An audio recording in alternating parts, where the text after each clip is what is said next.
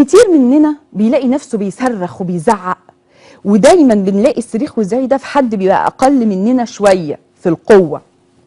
الزوج بيزعق للزوجه، وبعدين الزوجه تزعق في الاولاد، وبعدين الاولاد لو عندهم حيوان صغير ولا قطه هتلاقيه بيتنرفزوا عليه، او الاخ الاكبر بيتنرفز على الاخ الاصغر، او لو المدير في الشغل بيزعق في الموظف، الموظف يرجع يزعق في مراته، فمراته تزعق في الشغاله، وهكذا. ده معناه ان في حاجه جواك كده اتضغط عليها زرار من غير ما انت تاخد بالك، خلتك تخرج وتفرغ طاقه الغضب بتاعتك، بس ما تقدرش بقى تفرغها في حد اعلى منك، بتروح تفرغها في حد اقل منك.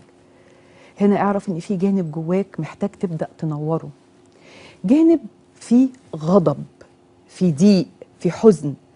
مش لازم نقعد نفتح بالتفصيل، لان ده محتاج طبعا مساعد، ومحتاج حد انت تلجأ له علشان خاطر يساعدك في التفتيح العميق، ولكن اقل ما فيها انا دلوقتي شاعر بالغضب، وحاسس ان انا جوايا شحنه وعمال بفرغها بطريقه، انت ساعات حتى بنيجي نقعد نقول هو انا ايه اللي خلاني ازعق؟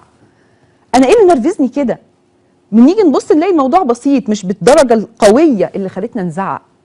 لكن مع الأسف هو في اللحظة دي فعلا حصل تحفيز لذاكرة داخلية عندك قديمة، كنت انت فيها غضبان أو زعلان، معرفتش تفرغ الغضب ده، معرفتش تخرجه من جواك، معرفتش تعبر عنه، واتكتم واتقفل جوه الصندوق الأسود واتخزن، وبقت ذاكرة بعيدة.